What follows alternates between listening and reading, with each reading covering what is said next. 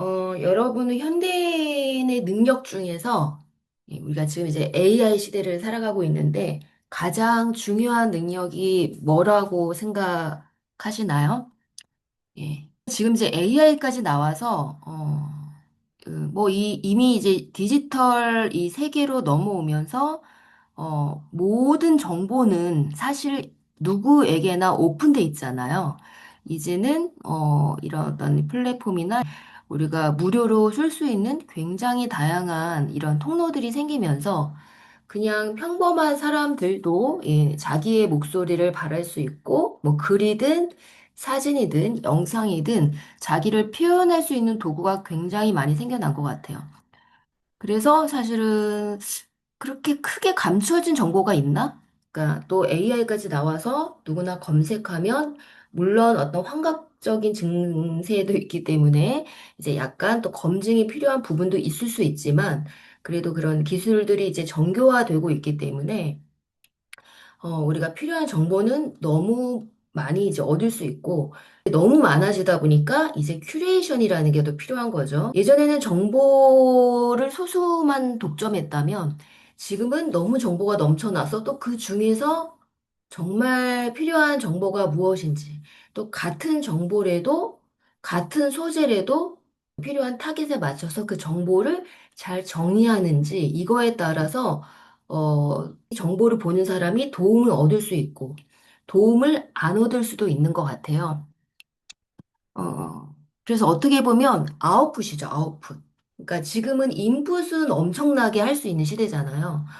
이제 AI까지 나오니까 이 AI가 이렇게 어떤 주는 정보? 저도 어제는 한 반나절은 제가 트레킹도 그렇고 벌교도 갔다 왔잖아요. 그러면 힘든 게 뭐냐면 저는 또 갔다 와서 이거를 사진과 영상으로 다 남겨야 된다라는 그런 약간 강박적인 게 있어요. 뭐 글쓰기도 있지만 또 트레킹도 갔다 오고 하면 제가 사진을 좀 많이 찍잖아요.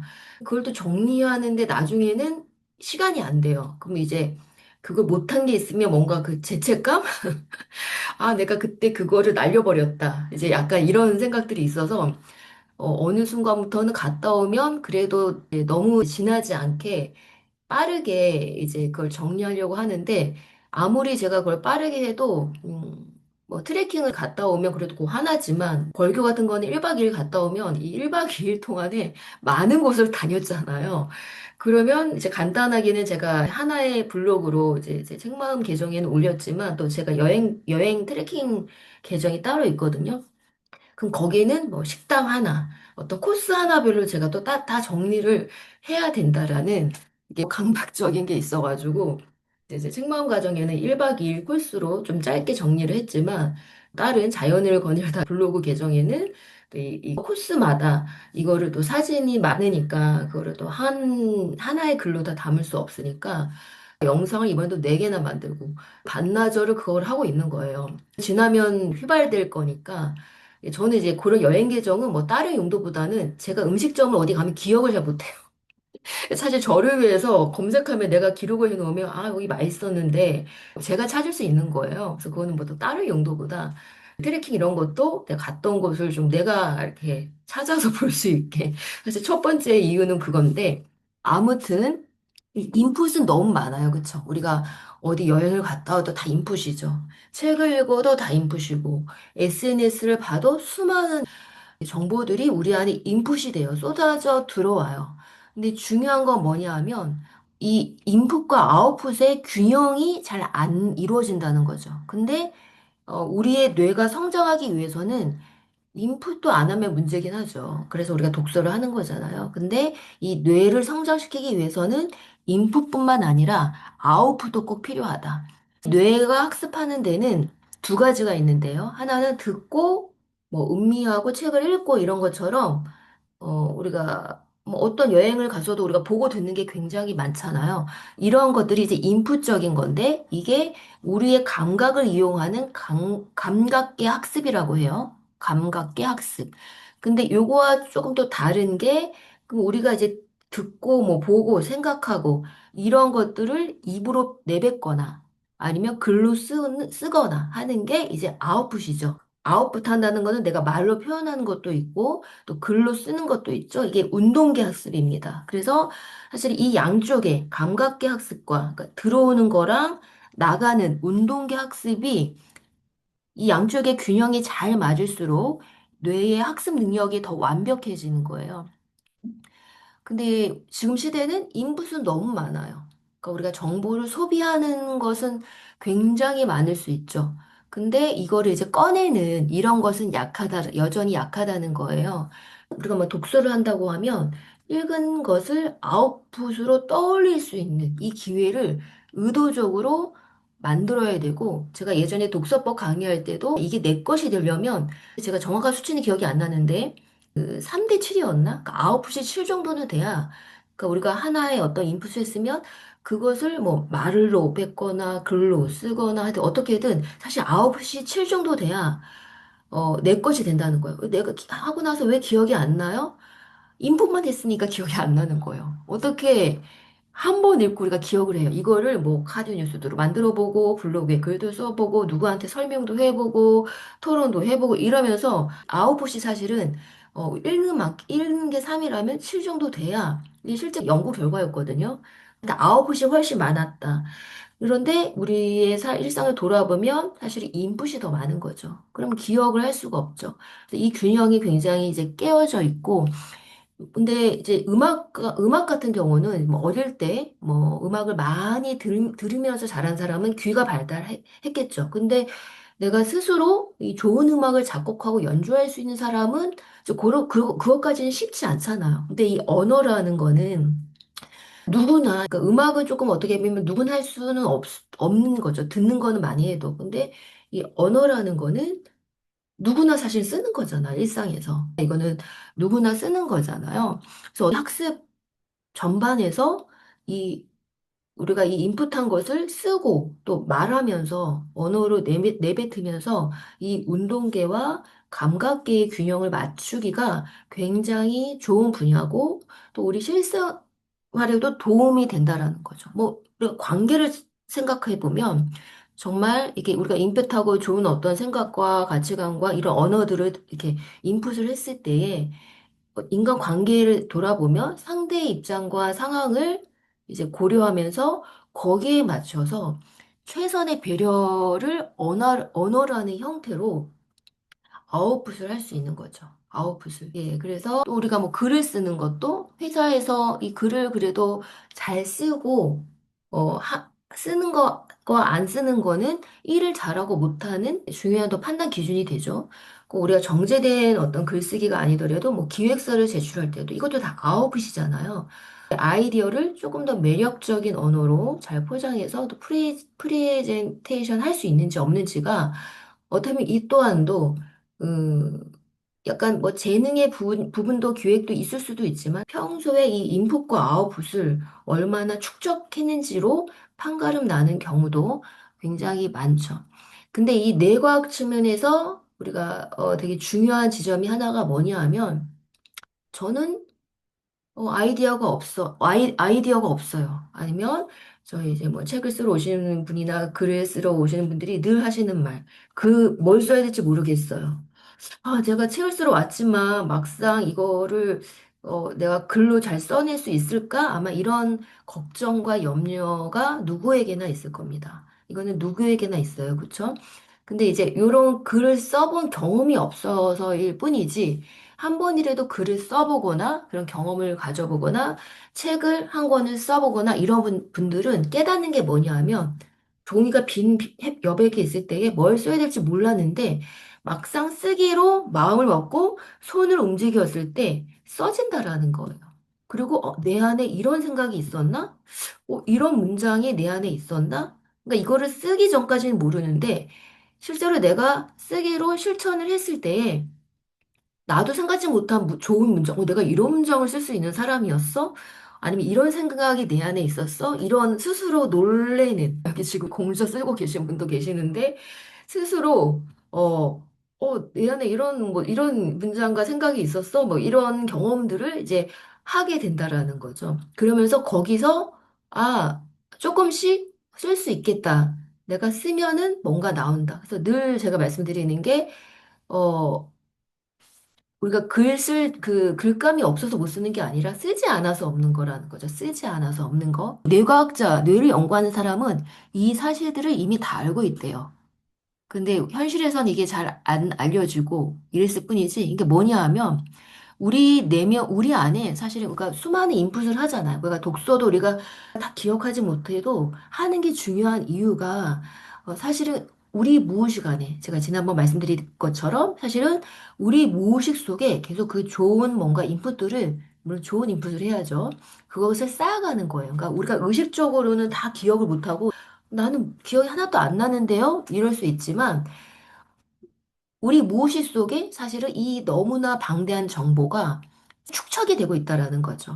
근데 이 모든 정보를 의식으로 활성화하는 게 이제 불가능한 거지. 근데 이게 언제 꺼내지냐 하면 이 우리 내면에, 우리 무의식 가운데 그게 다 있는데 아웃풋을 할 때에 내가 그러니까 밖으로 꺼내보지 않으면 알 수 없다라는 거예요. 그러니까 무의식 안에 우리 안에 얼마나 많은 지식과 경험이 살아오면서 축적이 돼 있겠어요. 그래서 예를 들면 우리가 뭐 글을 써보면서 이 무의식에 축적되어 있는 게 내가 아웃풋을 뭔가 해보려고 할 때에 뭔가 떠다니는, 머릿속에 떠다니고 정리도 안 되고 심지어 이 무의식에 있는 것들이 이렇게 튀어나오면서 지금 어떤 주제에 대해서 글 쓴다라면 지금 가장 필요한 아이디어가 무엇인지를 자연스럽게 판단하면서 무의식에 있는 것들이 꺼내져서 이 정보 처리 과정에서 이게 나온다라는 거. 아이디어도 나오고 기획도 나오고 이렇게 나온다라는 거예요. 그래서 이 정보 처리 과정에 가장 필요한 것이 글쓰기다. 뇌과학자도 이야기를 합니다. 뇌과학 세계에서는 이에 동의하는 사람이 너무 많은데 현실에서는 잘 안 알려져 있다. 그래서 나는 글을 못 써.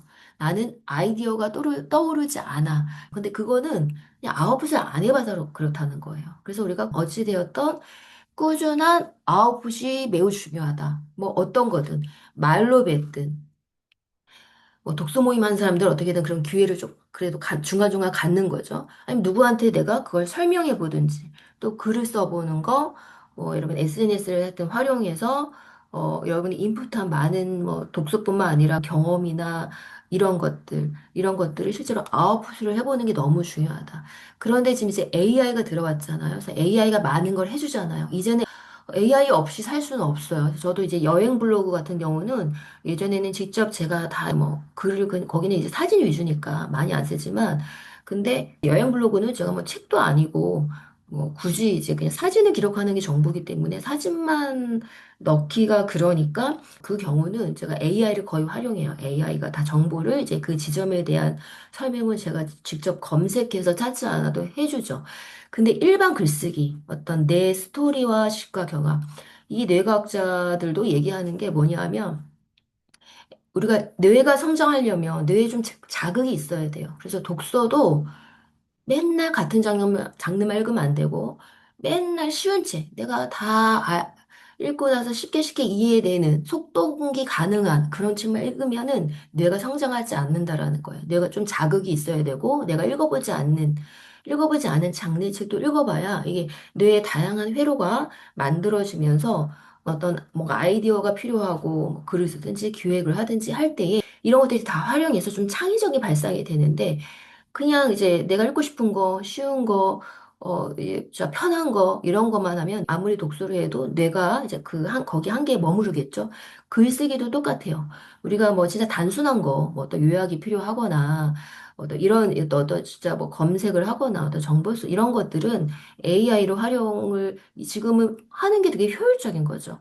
그런데 정말 어떤 내 안에 내 목소리를 꺼내고, 나를 진짜 발견하고, 진짜 내 생각을 나도 모를 때가 많잖아요. 내 무의식 가운데 있는 것이 막연하게 떠다니지만. 근데 그런 거를 찾아가는 어떤 글쓰기, 이런 거를 할 때는 AI한테 맡기면 그건 AI 생각이지 내 생각이 아니고 그리고 아무런 뇌에 AI가 다 해주는데 내 뇌에는 도움이 될까요? 내 뇌에는 우리가 그거를 다 외주로 그러니까 AI에게 맡길 거와 맡기지 않을 거를 내가 분명히 알아야 되죠. 그게 지혜로운 사람이죠. 근데 이 좋은 기술을 그렇다고 내가 방치하고 정말 좋은 기술인데 우리 삶이 좀 더 효율적이고 내가 정말 중요하게 생각하고 사유하고 진짜 내 시간을 확보하기 위해서 정말 단순한 것들은 AI에게 우리가 맡길 수 있죠. 그래야 내가 정말 진짜 사유하고 생각하고 진짜 내 글쓰기를 하기 위한 시간을 확보할 수 있는 거죠. 그러나 우리가 정말 뇌가 활성화되고 내 안에 무의식 가운데 잠재되어 있는 진짜 내 이야기를 꺼내고 아웃풋하기 위해서는 직접 내가 글을 써야 된다. 그거를 외주를 주면 우리의 뇌의 성장은 아무것도 없는 거예요.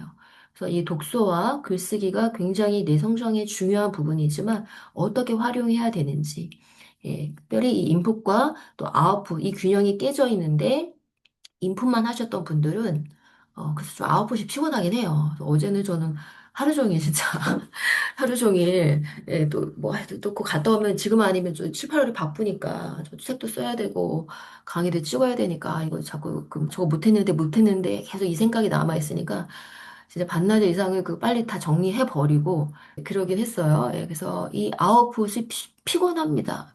피곤한데 그러나 하셔야죠. 뭐 SNS도 여러분 피곤하죠. 피곤하지만 여러분 또 세상과 소통하기 위해서 또 그 전에는 또 내가 정리가 되죠. 내가 하면서 정리가 되는 부분도 분명히 있기 때문에 꾸준히 기록하고 듣고 읽기는 인풋이죠. 말하고 쓰는 거는 아웃풋이에요.